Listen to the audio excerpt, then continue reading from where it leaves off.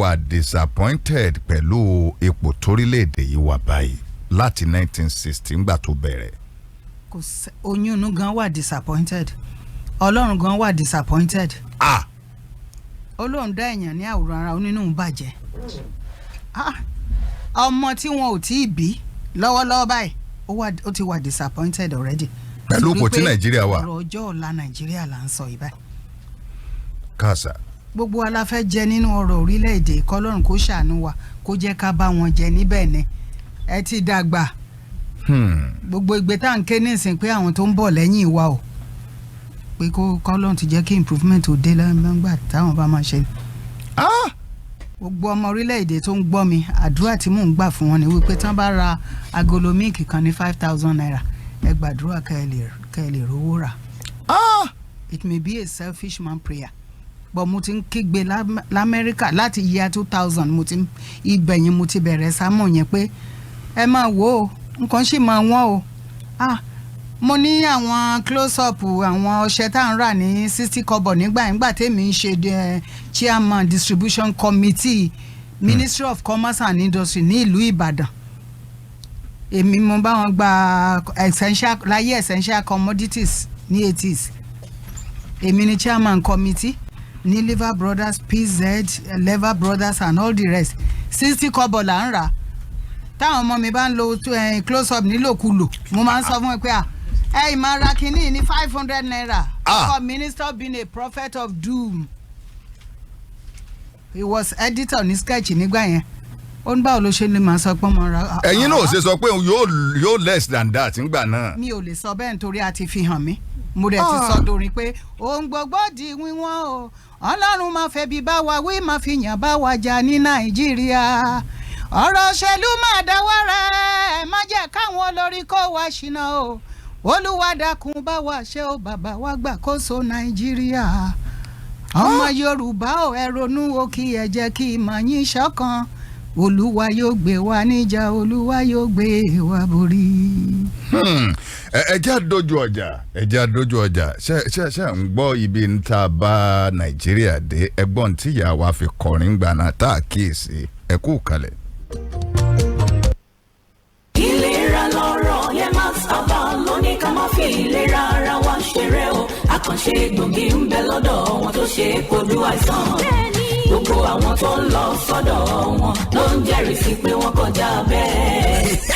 ṣé max abali làmì laka gbajúgbajà ìṣègùn ìbílẹ̀ tó ń mewémebo tó ń ṣàkóso gbòógì tó ṣe é kojú àìsàn àtàrùn lọ́lọ́kan òjọ̀ kan ọkùnrin tí ò lè ṣe déédéé ṣe ṣàkọni lọ́dọ̀ obìnrin nínú ilé onírúurú àìsàn tó lè máa dààmú tọkùnrin tóbìnrin lágọ̀ọ́ ara àyẹ̀wò ni wọ́n kọ́ ṣe fún ẹ ní yemax aba pẹ̀lú ẹ̀rọ ìgbàlódé tí ó sọ gangan bí táwọn àbá ìsàn lúgọ sí lágọ̀ọ́ ara rẹ̀ tó ń fa kùdìẹ̀kùdìẹ̀ ìyẹn ni ó fi hàn wọ́n irú oògùn gangan tó yẹ kí wọ́n fún ọ láti lò má bora rẹ mọ́lé má bora rẹ pa ìlera lọ́rọ̀ tára ṣọṣà kàn sí yemax aba fún ìtọ́jú tó péye èèyàn ogún tó bá kọ́kọ́ délé iṣẹ́ wọn báyìí ni wọ́n ṣe àyẹ̀wò fún lọ́fẹ̀ẹ́ yemax aba wà ní block B shop 37 and 38 Islamic shopping complex Basọ̀run Ìbàdàn telephone 070-716-88889 tàbí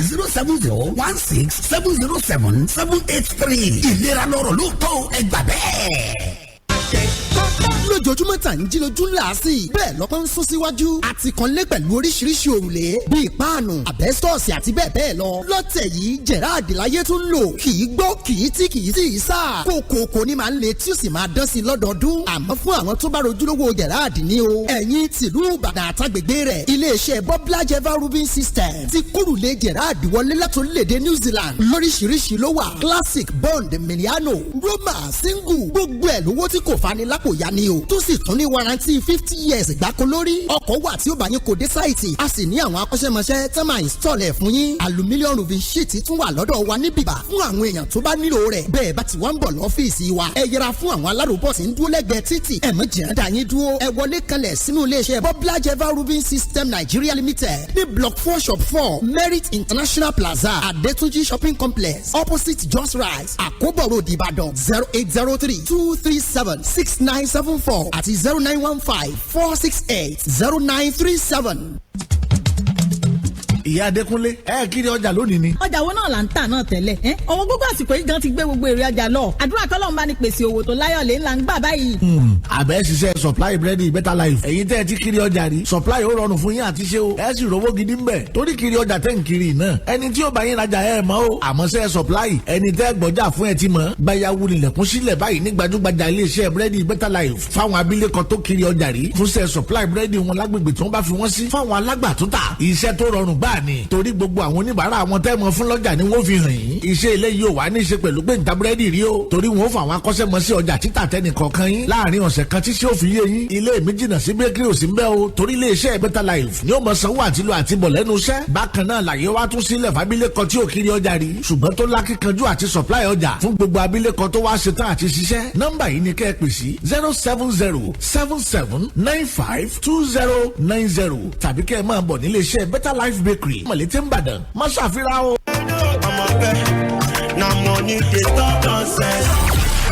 ẹ̀yin tèmi ó yá ẹ wá gbowó.